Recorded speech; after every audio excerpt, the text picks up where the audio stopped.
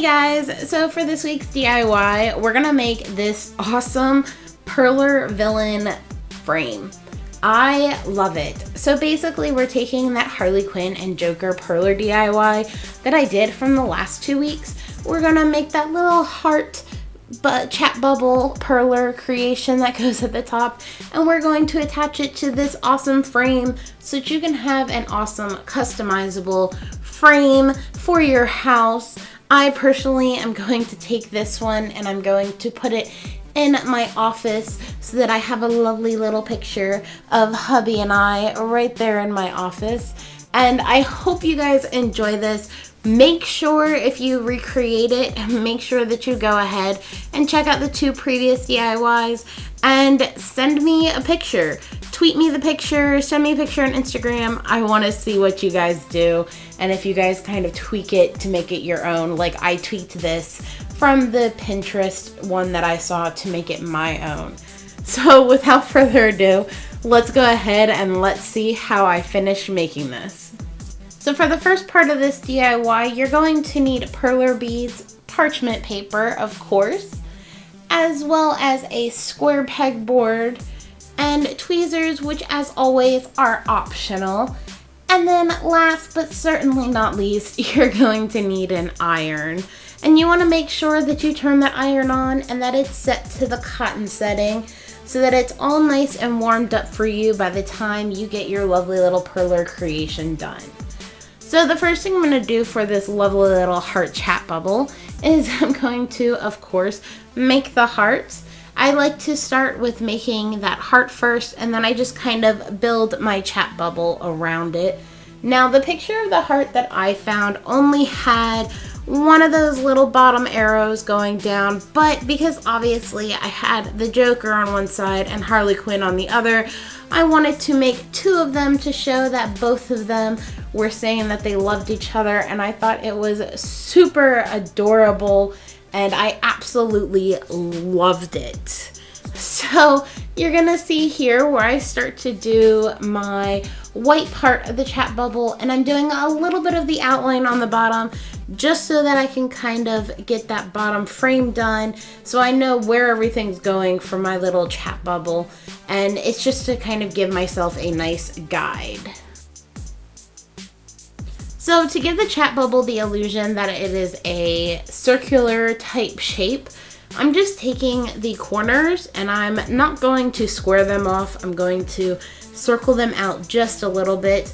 Obviously, if you're doing 8-bit, it's not going to be a perfect circle, but I love the look of how this came out.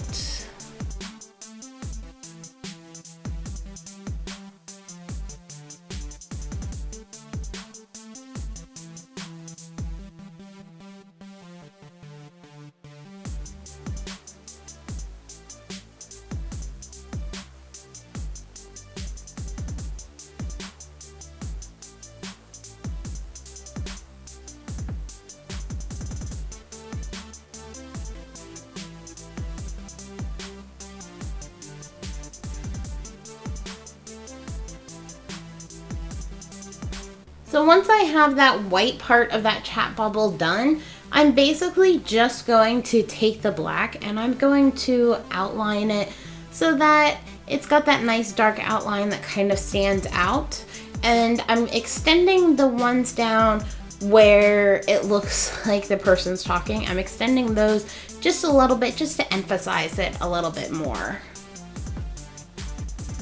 So once I have all of that done, my iron should be more than warm enough for me to go ahead and melt down my creation. Of course, I put that parchment paper down first and I do my sweeping method and rotating. I find that this works extremely well for me and it gives me more of a even melting than it would if I was to just leave it in the one position and just kind of do it in circles.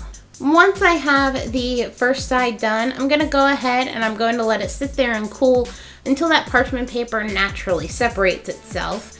And then I'm just going to flip it over and repeat the process on the other side.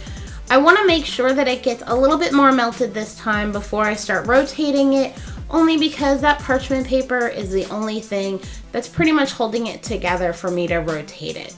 So I like to make sure that it's melted a little bit more, and then I'm just repeating that process of rotating it and doing the sweeping motion. And then once again, I'm gonna let it cool and let the parchment paper separate from it.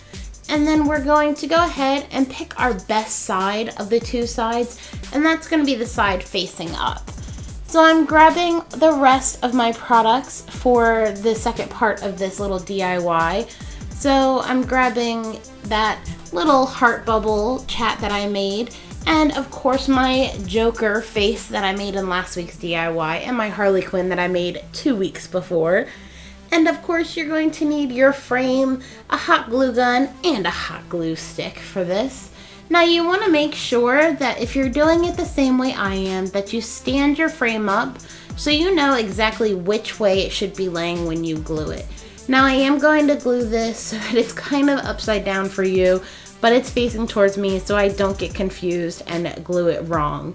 Now I start by placing my pieces where I want them to go while I wait for my glue stick to heat up before I go ahead and I glue everything down, because you want to make sure that that hot glue is nice and warm. So I'm putting just a small strip where I want that chat bubble to go. And I want to make sure I don't have any strings of glue. And then I'm just going to place that down, and I'm going to hold it for roughly 20 seconds because you want to make sure that it's nice and firm. You don't want it to move very easily. And especially how you have them sit up, you definitely want to make sure that they don't topple off. So I'm basically just repeating this process for my Harley Quinn face, and then I'm going to do the same thing for my Joker face. I'm going to put glue right on the side where I want it, and then I'm just going to hold those in place.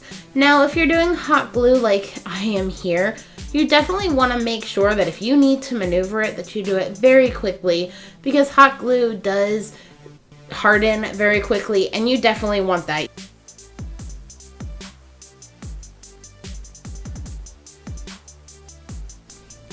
And you want to make sure that you don't have any of those little glue strings. You want to make sure they're all pulled off, and you will have this awesome little frame like I did here. I mean, this thing is just absolutely gorgeous. I love, love, love how it turned out, and I hope you guys did too. Once again, if you recreate this, make sure that you post it to my Facebook, my Instagram, even tweet it to me. They'll all be in the drop down box below for you. I will also leave the DIY for my Joker head and my Harley Quinn, so that if you guys want to make exactly the same frame I did, I'll leave those videos in the description box below as well. Don't forget to give this video a thumbs up because you want to show me all the love that you have for it.